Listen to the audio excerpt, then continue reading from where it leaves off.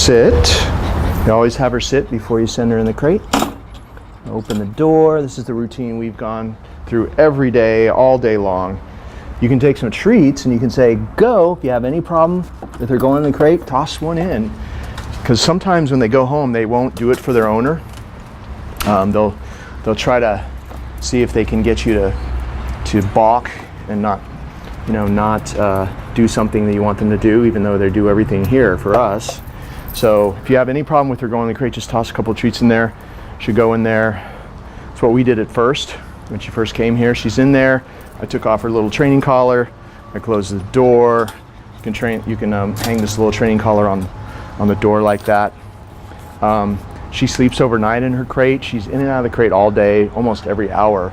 Lots of time out in the yard. I know you don't have a yard, but it could be, I know you're going to walk her 4 or 5 times a day at least. You also have a puppy pen with puppy pads in them. Using the crate enables you to house train her a lot quicker, because she's way less likely to pee in the crate, especially if you let her out frequently now. And she doesn't pee in the crate if we let her out a lot. And we put her straight outside. She pees outside. She comes in. She can hang out with me like on a leash, though. Don't let her run around. You don't want to give her too much access at first, too much area. You let her hang out with you on a leash. If you're sitting down watching TV, at the computer, in the kitchen, like if you're in the kitchen, put a little doggy bed there, tie the leash to the handle of a drawer or something where you're 3 feet away preparing your meal or whatever. Take her with you. Just keep an eye on her. If she starts to get restless, kind of circle sniff, anything like that, take her outside as soon as you can. Don't let her pee there, and you'll have to keep an eye on her. But gradually you can give her more and more freedom, and we'll talk about that when I deliver her to you, about maybe cordoning off one room like the kitchen, starting where she's just free there.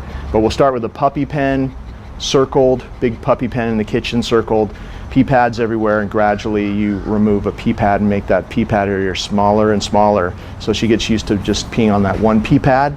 And then we can cordon off the kitchen, get rid of the puppy pen, and she can have the whole kitchen with one pee pad. And then we'll do the rest of the house kind of the same way.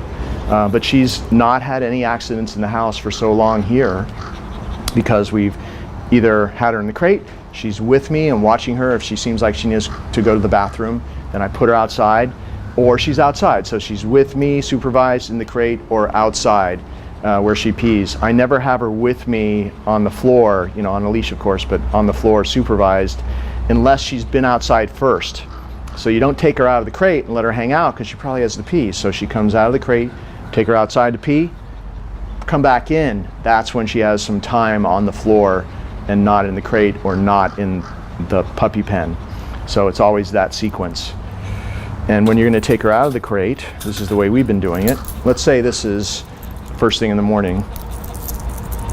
You hook this little training collar up to the leash, you reach in there, you hook her up.